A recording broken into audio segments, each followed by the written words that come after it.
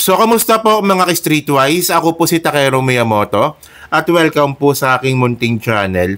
So, mga kababayan, trending po ngayon itong dating aide ni Sara Duterte na si Ramil Madriaga dahil po sa kanyang affidavit na dito po nakalagay lahat ng mga katarantaduhan, kalokohan at kagaguhan ng ating psychopath at sinto-sintong vice presidente na si Sara Duterte. Pero mga ka-Streetwise, napansin niyo po ba na itong affidavit nga po, no, na yan, no, may copy tayo, no, ng ilang page. Ito pong mga nakalagay dito sa affidavit nga po ni Ramil Madriaga, hindi na po ito bago sa atin. Narinig na po natin ito nung panahon po ng Quadcom ni Martin Romualdez. So, ibig sabihin nito, no, lahat po ng ginawa ni Martin Romualdez doon sa Quadcom at saka sa Committee of Good Governance nga po, ito po yung confirmation, no, na hindi po talaga nasayang yung effort ng 19 Congress para imbestigahan nga po ang mga Duterte. So ito, pakita ang example sa inyo, no. So ito mga kababayan, no, dito nakalagay dito sa paragraph 13 at saka paragraph 14, no, ang pangalan nga po nung Colonel Dennis Nolasco at saka nung Dante La Chica. So ito mga pangalan na to mga kababayan, hindi naman natin to kilala dati, pero unang lumabas po yung mga pangalan po na yan doon nga po sa committee ni Joel Chua. So, actually, meron akong copy dito, no, ng ibang clip. So, ito pakinggan nyo to. Special Disbursement Officer, 3 beses umunong nag-withdraw ng tig 37.5 million pesos noong February 2023. Ang kabuang halaga na 112 million pesos na confidential fund inilagay sa mga duffel bag at binitbit pabalik ng DepEd para ilagak sa isang kaha de yero. Ang nagbibigay daw ng pera sa mga tumatanggap ng confidential funds ang security officer na si Colonel Dennis Nolasco. Ayon kay Fajarda, si Vice President Duterte. So ito mga kababayan, no, nabalita ito, no, November 24 and November 26, 2024. Last year, 2025 ngayon, papuntang 2026. So ito, nabalita ito mga kababayan, 2024 pa. So itong Nolasco tsaka itong La Chica po na to, sila po yung nagmaniobra ng confidential fund ni Sara Duterte para po ma-withdraw sa bangko. At ito rin po, no, lumalabas din dito yung pangalan nga po ng dalawa na to dito po sa sa affidavit nga po nung Ramil Madriaga. Pero ang sinasabi dito no, sa paragraph 17, no, around December 2022, Nolasco sent me a text message instructing me to see him. I arrived at Ultra Pasig City around 1:30 p.m. I stayed with Colonel Nolasco until Colonel La Chica and 2 DepEd vehicles arrived past 3 p.m. with 4 duffel bags. Ito rin po sinabi nung committee nga po ng Good Governance Investigation sa pamumuno nga po ni Joel Chua at ni Martin Romualdez dati. So, di ba kasi sabi kasi ng iba, no, na Takero, kasi ang problema kay Martin nga daw, ting bali-balita, no, na gumagawa daw talaga ng sariling desisyon si Martin Romualdez. Well, in the first place, karapatan ni Martin Romualdez doon kasi House Speaker siya. Pangalawa, ngayon po lumalabas na may kwenta po at may silbi yung investigation po na yun kasi ito, may nako-collaborate po na bagong witness tungkol nga po dito sa mga duffel bags po na to. Hindi po to first time na narinig natin itong duffel bags po na to. Matagal na po ito, 2024 pa pala ito. Bukod dyan mga kababayan, no, ito binabasa ko kasi itong affidavit ni Madriaga So dito rin, lumabas din po yung pangalan ng Manscarpio, yung magnetic lifters. So nakalagay po dito sa number 25, no, basahin ko lang saglit, no. Sabi dito, during my meeting with Attorney Manscarpio, asawa nga daw ni Sara Duterte at Burgos Circle in Bonifacio Global City, he personally instructed me and my team to pick up the magnetic lifters at the Bureau of Customs. Mga kababayan, sa Quadcom po, no, narinig na rin po natin yan. Ito yun Ito ilang segundo lang to pero play natin Directly state, who's that, to be fair to everyone, who's that personally you're referring to? That is, Your Honor, yung anak, si Man saka si Pulong, pero Michael Yang. Dahil si Michael Yang, madaldal yan. You mentioned the first one, Mili. Again, I will ask you, where's the first family? The Duterte family, Your Honor, the son, Pulong, and Mans Carpio.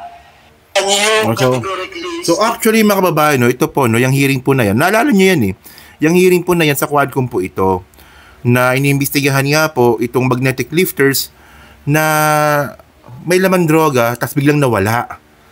No, ang kumuha pala, ito sila Mans Carpio. Nandito rin po sa affidavit din po yan ni Ramil Madriaga. And then about din dito po sa ano, no, number 29. No, the funding of the ISIP Pilipinas National Campaign along with other parallel groups came from Pogo.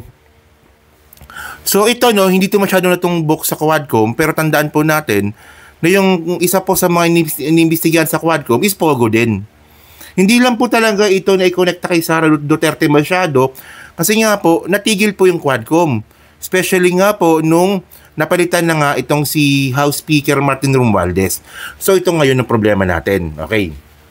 Ito ngayon. Tandaan po natin, no, ang gusto ko lang ipahiwatig dito, na itong ginawa nga pong Quadcom at saka yung pag-imbestiga nga po sa Good Governance Committee nga po ni Joel Chua, lahat po yan nangyari noong 19th Congress. Dahil po sa inisyatiba nga po ni Martin Romualdez.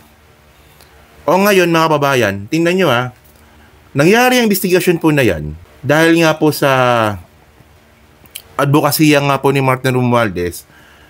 Ngayon, may bagong lumabas po na testigo regarding nga po dyan kay Sara Duterte. Anong gagawin ni Bogie D? Yung bagong House Speaker natin na sobrang husay, anong gagawin niya ngayon? Ano, tahimik ka na naman ba? Tahimik ka ulit? Tandaan nyo mga kababayan, no? Palpax Bogie D. Tahasan ko na sasabihin to sa inyo. Paano ko nasabi? O, pinatigil po ni Bogie D yung Quadcom. O, ba't mo pinatigil? Samantalang ito pala, totoo pala yung nasa Quadcom. May dagdag ebidensya tayo dito. Pinatigil din po ni Bogie D yung investigasyon sa infrastructure. O yung Dolomite Beach na dapat po investigahan din po yung Dolomite Beach, hindi rin na priority din po ni Bogie D. Ano ba? Actually, mula po nung naging House Speaker si Bogie D, hindi ko man lang nakitaan ng tikas yan. Wala, ngiti-ngiti. Ganun lang. Tingnan yung mga kababayan, no? Kung hindi po napalitan itong si Martin Romualdez, edi sana tuloy-tuloy po yung investigasyon ng Quadcom. Mas nalaman po ng taong bayan kung gaano katarantado itong si Sara Duterte at buong pamilya niya. So, saan busy ngayon si Martin Romualdez? Wala. Wala lang. Pinagtatanggol niya lang naman yung sarili niya doon sa bintang na wala naman siyang kinalaman at wala siyang ebidensya. O, ano ginawa ni Martin Romualdez? O, hinarap niya po yung ICI ngayon. Hinarap niya po yung mga bintang saan niya. Hindi niya tinaguan. O, pero samantalang napakawalang kwenta po, no? Kasi wala namang ebidensya. Sino ebidensya ninyo? Si Gutesa? Kaya nga ako mga ka-streetwise, naniniwala po ako, no? Na itong plot laban kay Martin Romualdez para po idiin siya dyan sa flood control scandal po na yan. Narrative po talaga ng mga ng mga Duterte. Narrative po talaga ng mga DDS yan. Para ligawin po, para maligaw yung focus ni Martin Romualdez at matutok niya po dito kung paano niya pagtatanggol yung sarili niya. Pero by the way, he's doing a great job kasi nga po, ang sabi nga po ng ICI, walang ebidensya laban po sa kanya. Parang si Martin tsaka si Sandro Marcos. Parehas po silang humarap sa ICI. Hindi po katulad nila sa Saldico na nagtatago. At tingnan nyo mga ka-streetwise, no? Ang nakakatawa na nga dito, wala na nga pong ebidensya laban nga po kay Martin Romualdez. Siya pa rin po yung tinutumbok ng mga DDS. Kaya nga hindi ko sinasakyan yan eh. Kasi first of all, walang ebidensya. Pangalawa, tandaan po natin na matindi po ang ginawa ni Martin dyan po sa Congress. No, yung mga priority bills nga po na pinapagawa nga po ni PBBM, nagawa niya po ng 100% yan nung siya po yung House Speaker. O ito si Bogie D, iilan na nga lang yung pinapagawa ni PBBM, anti-dynasty law, di ba? Paigtingin nga po yung investigasyon sa infrastructure, magkaroon ng transparency sa mga gastos ng gobyerno, parang hirap na hirap pa ata. Pero by the way, ang point natin dito mga kababayan, nalalayo na tuloy ako, pero ang point natin dito mga streetwise, no? Itong mga sinasabi nga po ni Ramil Madriaga narinig na po natin yan. Ang laking pakinabang po talaga ng Quadcom at saka nung Tricom at saka nung Committee of Good Governance Investigation para po ma-expose ito mga Duterte. Kung wala yung mga yan mga kababayan, malamang marami pa rin pong bulag-bulagan sa mga Duterte. Malamang kung wala rin po yan, kung wala pong nagbigay liwanag sa taong bayan kung gaano po kawalang yung mga Duterte, baka mas lalo silang nahirapang arestuin si Digong at pwedeng itong mag-iba pa yung, kasi parang domino effect yan pwede pa itong magkaroon ng epekto ng eleksyon noong 2025 o baka wala pang nanalo sa alyansa nun kung nagkataon. So sabi ko nga sa inyo na hindi talaga ako fan ni Martin, no? Pero na-appreciate ko po yung tao. Tayo po, marunong po tayo mag-appreciate.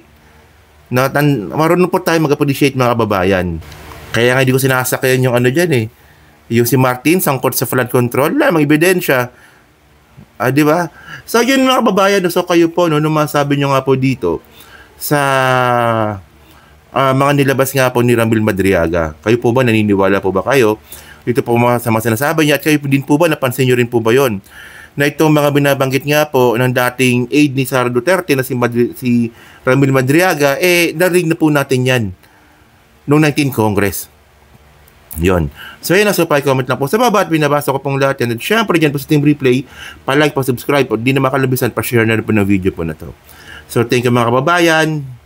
Kita na lang ulit tayo pagtanggal na po si Bo GD bilang house speaker. So thank you and salamat and bye-bye.